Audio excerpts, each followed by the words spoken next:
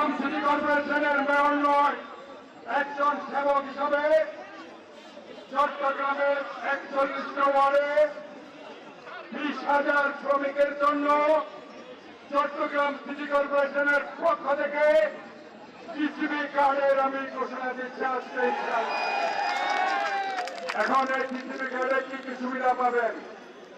দ্রব্যমূল্যের সুবিধা ছাড়াও আপনারা বয়স্ক ভাতা পাবেন ইনশাআল্লাহ। আপনারা যদি কোনো কারণে মৃত্যুবরণ করেন আপনাদের স্ত্রী বিধবা ভাতা পাবে। এর বাইরেও আরেকটি কার্ড আমি আপনাদের জন্য উপহার দিতে চাই, সেটা হচ্ছে নাগরিক কার্ড। এই নাগরিক কার্ডের সুবিধা হচ্ছে যদি কারো হাত অথবা পা চলে যায় দুর্ঘটনার কারণে তাদেরকে ওই নাগরিক কার্ডের আওতায় আনা হবে, তারা ওই কার্ডের আওতায় ভাতা পাবে।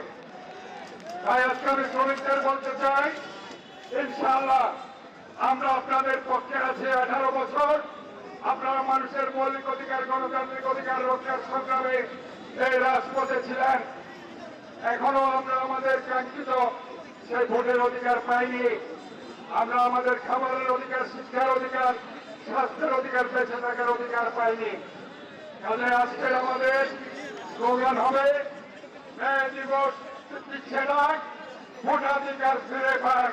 ভোটের অধিকার আমাদের ফিরে পেতে হবে, কারণ ভোটের অধিকার না থাকলে সঠিক প্যাড আর সঠিক তথ্য দিয়ে এসব সামলে নিব এক হয়ে। Monalisa sanitary napkin. গণতান্ত্রিক সরকার না আসলে দেশি বিদেশি কোন ইনভেস্টমেন্ট বাংলাদেশে আসবে না। আর দেশি বিদেশি ইনভেস্টমেন্ট না হলে ওই বেকারের পর বেকারের সংখ্যা বাড়তে থাকবে। তাই আপনারা অবশ্যই একটি নতুন সরকার, যে সরকার বাংলাদেশের মানুষের গণতান্ত্রিক মৌলিক অধিকার রক্ষা করতে পারবে, শ্রমিকের অধিকার রক্ষা করতে পারবে, এবং যে দলটি বারবার সেই ম্যান্ডেট দিয়ে ক্ষমতায় এসেছে সেটা হচ্ছে বাংলাদেশ জাতীয়তাবাদী দল।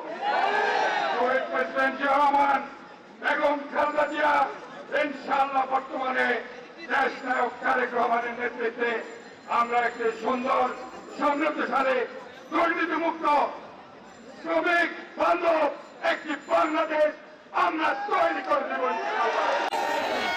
শহীদ প্রেসিডেন্ট জিয়া রহমান সাল খনন কর্মসূচি করেছিলেন একজন শ্রমিকের বেশি। আমরা দেখেছি আমাদের নেত্রী বেগম খালেদা জিয়া শ্রমিকদের জন্য অনেক অবদান রেখে গেছেন।